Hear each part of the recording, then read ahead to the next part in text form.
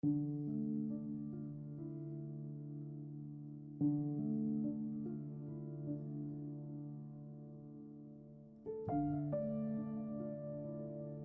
and welcome to the path to freedom. This beautiful, magnificent, absolutely wonderful path where we get to set ourselves free from fear and from worry and from doubt and these lower vibrations, where we get to set ourselves free to soar, to be in ever expanding love and joy and harmony and beauty and abundance and wholeness and creativity and intelligence and all these yummy qualities. My name is Daniel Roquillo, and thank you so much for tuning in, for listening, for participating, whenever, wherever you are and whoever you are. I'm very grateful that you are here. Today we are talking about something that is called the dark night of the soul, and its various levels. So we are, and this is something that we inevitably, as we're walking this beautiful path of freedom and awakening, coming into ever more expanded realizations as to who and what we are, that we are unique, perfect, whole, and complete emanations of God, that we are not the small and the limited thought patterns or beliefs or stories or whatever the case may be that we may have believed ourselves to be. But we are none of that, but we are something infinitely vaster, so much greater, so much more magnificent, so much more luminous, so much more radiant, so much more loving and kind and compassionate, so much more peaceful, so much more joyful than we've ever experienced. I mean, this happens gradually, it doesn't always and rarely happen overnight, but it still happens that we come into this expanded awareness of who and what we are. And as we're moving along this path, as we continue to, just like a snake sheds its skin, as we continue to grow, to unfold, to expand, there's a continuous rebirth happening.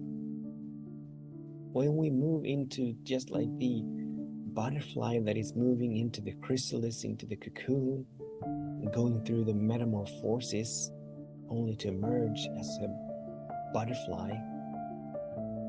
And what happens in that chrysalis, what happens during that metamorphosis is that the caterpillar ceases to exist. So it moves into the chrysalis, and at some point, new cells actually begin to emerge within the caterpillar.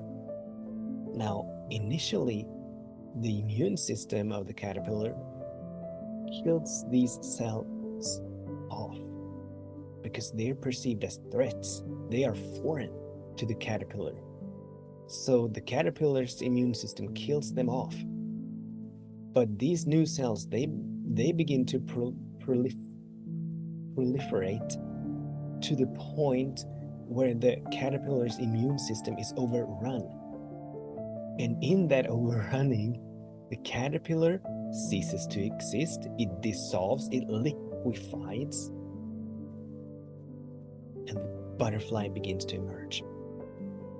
So one creature is crawling into the cocoon, a completely different creature is flying out of it, emerging out of it.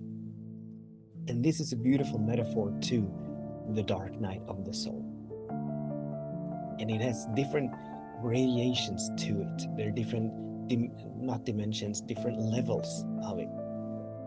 Where at the bottom, because this is what happens as we grow, as we continuously die to who we used to be, to how we used to move in the world, what happens is that the ego temporarily goes blind. As the new is emerging, the old doesn't recognize the new.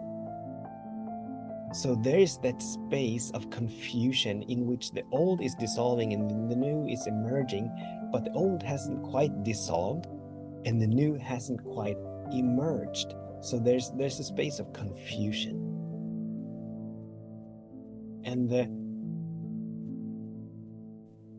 lowest levels, or the lowest gradations of the dark night of the soul, is just that, a space of confusion. I don't quite recognize myself. I'm not feeling all that well. I'm not feeling on top of the world. There's something going on within me. Perhaps we're feeling a little bit more exhausted. We don't have the power and the strength and the energy that we perhaps used to have. We don't have that, and we're feeling kind of agitated, restless, irritable, not as kind, not as forgiving, not as compassionate as before, not as loving as before.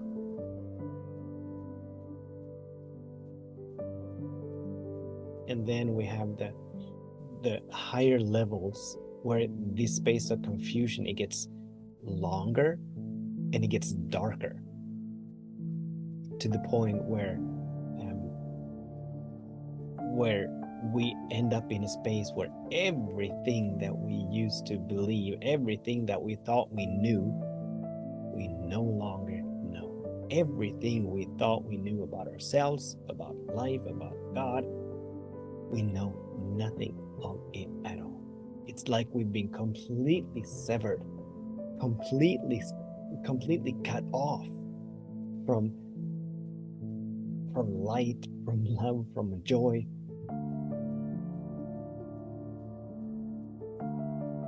And the dark night of the soul, it can last for brief moments, and it can last for long periods. There have been spaces that I've moved through that have lasted for like a day, and then there have been spaces that have lasted, not that many though, that have lasted for weeks and even months. And while it's not at all pleasant, especially the more severe is not the right word really, but I can't think of another word. The more severe spaces of the dark night, I think I've only been through one or twice of those, where it was like someone turned off the light and it got pitch dark. I didn't believe in anything anymore.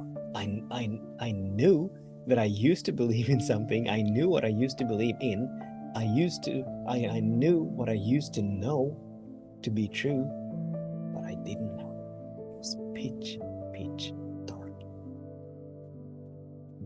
And it lasted, I don't remember for how long, a couple of weeks maybe. And it's not at all pleasant. It's not at all comfortable. It's not at all enjoyable being in this space. However, it is such a blessing. It is such a blessing. The darker it gets, the greater the leap. So the darker this dark night is, when it is pitch dark, then we know that when we emerge as the butterfly, we're gonna emerge at a completely different space than the space we went into the dark night as, or through. When it's only a little slight confusion, slight discomfort, the expansion is not gonna be that great. It's still a blessing, it's still a gift, but it's not gonna be that great. So being forewarned about what is awaiting us. And I remember the first times I went into these spaces, I didn't know what was going on. It felt so wrong. And I desperately tried to figure out what had happened. I wanted to fix it. I wanted to make it right. I wanted to get back to the space that I was before. Even with all the drama, even with all the turmoil and the stories and beliefs and all of that, being in that was better than being in this space where nothing is familiar, where nothing feels joyous, when everything is yucky. But then I emerged, and over time, as I've been through these spaces many times, and I now know that there's nothing for me to do.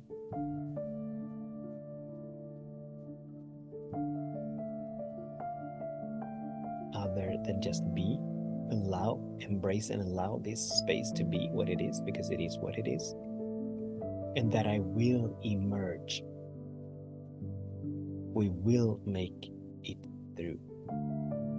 There's a beautiful statement that brings some comfort and that brings some guidance as to how to navigate through these dark nights of the soul. I believe it was coined by Dr. Howard Thurman, where he said that we navigate by the light we once knew. We navigate by the light we once knew. And what this means is that even though we perhaps do not feel our connection with spirit, even though we perhaps no longer believe that we are worth squat, that life is worth living at all, we lean into what we used to know, what we used to trust before someone turned off the light. So we get to navigate by the compass and by the map that we used to navigate with. Even though we perhaps do not feel it, we're not feeling it, but we still can lean into the memory of how we used to navigate, in which direction we were moving. So we just keep on moving, being gentle, being kind, being loving towards ourselves, obviously, tending to our needs, but embracing and allowing it, trusting that even in this space of not feeling good, progress is happening. Expansion is happening. Chemicalization is happening, which is another word for it. We're being transformed. And transformation is sometimes messy. It is sometimes messy. This path that we are on, it is not all smiles. It is not eternal bliss. It is ever-expanding joy. It is ever-expanding bliss. Yes, absolutely. But we are moving through spaces that are not at all pleasant. But the dark night of the soul, it is truly a blessing. The confusion that happens when the ego loses its ability to navigate and to recognize, it is a blessing, because it is actually and literally the ego dying, the egoic sense of self diminishing, dissolving. So as we're moving through this space, just like the caterpillar ceases to exist, the we that were cease to exist, only to allow for something brighter, more luminous, greater, grander to emerge. So all this to say, when we're moving to the dark night, it is not a bad thing. It is not, well, I was going to say that it is not something to avoid. We cannot.